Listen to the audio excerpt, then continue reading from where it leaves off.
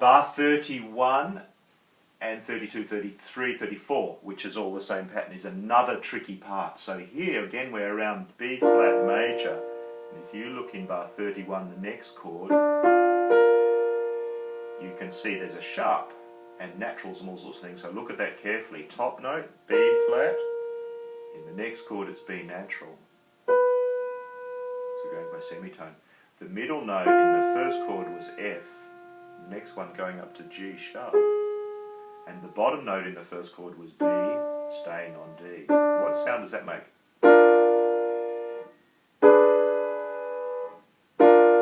If you look at the fingering, this is one place where it uses a different fingering. You'll be using 5, 2, 1 for the first chord in bar 31. With a bit of luck, your third finger will be pretty close to that G sharp. So the next chord, as is written in this edition, 1, 3, 5. You want to make sure you're playing here well in the grey zone, otherwise if you're playing there it'll be hard to find. So that's an important part to learn, bar 31, perhaps the most trickiest part there. So when we know the chords, we'll know it's a B flat major and an E7 chord. It's good to practice those with the two hands there. Okay, if you haven't done those sort of chords before, it's going to take a few days to learn those chords, and it's very good to do them in those 2-bar units. You can also test yourself to see if you can say, that chord there, can I find it? Read it out, spell out the notes, D, G sharp, B, so you can do spot testing and comparison testing. This one here, can you find it? How many times does it come? There it is. So you're getting very good at reading those sorts of chords. Okay, so the right hand takes a bit of work there. It's also a good idea in this B section to be able to play, once you've learnt the left hand and learnt the right hand, to be able to play the hands together without any rhythm, so you can really see where the chords are. So if I start in the hardest part, bar 31, I could turn them into this sort of pattern. Next chord, E in the bass, D, the G sharp, B.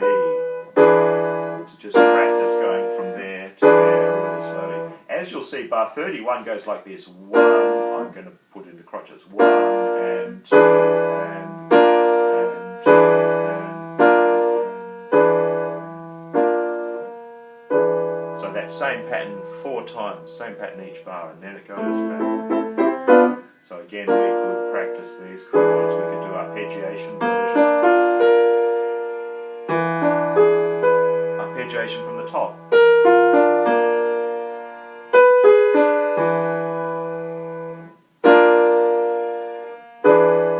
And then eventually we'll be able to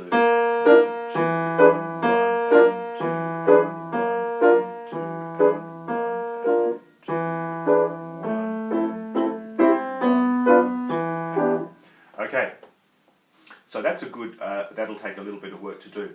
Learning this piece when you're doing hands together, when you come to do hands together, it's easiest at the beginning, of course.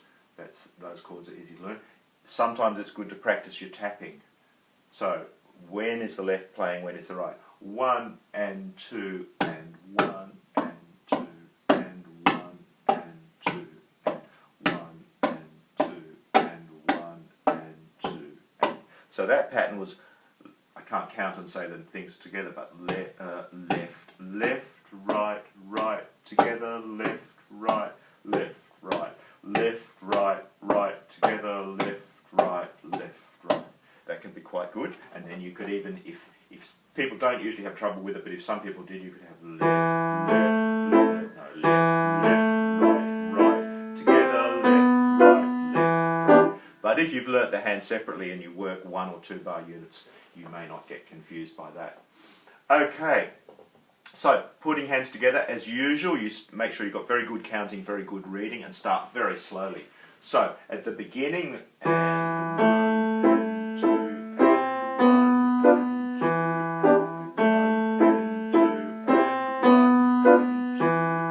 might be a very good starting tempo, and in the harder or the more complicated bits, say bar 29 to bar 30, we again check all our chords,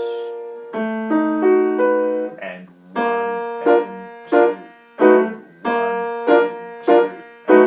31, 1 and 2, 1 and 2. And so that sort of very slow tempo is very good to put at hands together. Don't expect, unless you've played a lot of this or you're quite advanced, don't expect to be able to do it all straight away. It takes a few days to get it into your fingers. The other thing I should have said is if you look at this and you know about similar motion or contrary motion, a lot of this, the hands in piece are moving in similar motion. As we 1 and 2, both hands going up, both hands coming down, both hands coming down. That pattern goes through almost the entire piece except for the end of the B section. So when we get to bar 29, we have the left hand going down by a semitone, but the right hand, 1 and 2, going up by a semitone. So we get the different sort of chord. That one. And this idea here is the same a little bit. The left hand's going down, that diminished fifth, and the right hand, I guess, the top two notes are going up in the chord, so the right hand's really going up. So listen for the change between the hands moving in similar motion and the hands moving in contrary motion. I'll play from bar 19. You can really hear that if I play a simplified version. 1 and 2.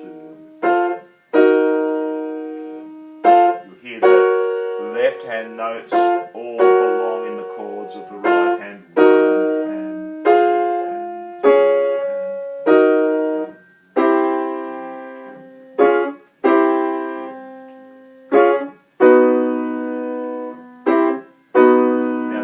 changes. The left hand goes down the semitone, right hand up the semitone.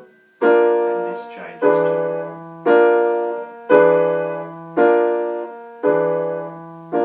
And then after that one we're back to normal. So when that's played together, slowly.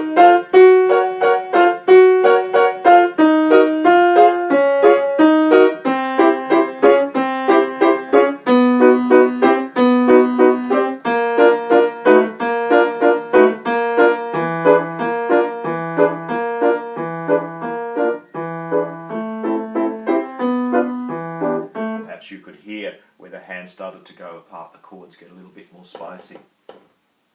Okay, once you know it quite well hands together, you can of course creep up on the performance tempo using a metronome, but it's important to take a few weeks or a few days to really get that quite secure. There's one other tricky thing I'd like to tell you, and that's bar 19 compared to bar 23. So bar 19, the last chord, this happy F major sound, and in bar 23 it looks like it should be the same, but he actually makes, instead of F major, F minor in bar 23. So there's a here bar 19, also bar 20, bar 21, bar 22, we have the F, A, C, F chord. But when he wants to use that colour in bar 23 on the second beat, he adds an A flat to turn it from F major to F minor. So let's listen to that. F major, F major chord, F major chord, F minor chord. It goes past so quickly it's important to notice that. Okay, in another video perhaps we'll look at polishing this piece, but I hope that's been helpful for this lovely little Toccatina, a baby toccata by Kabalevsky.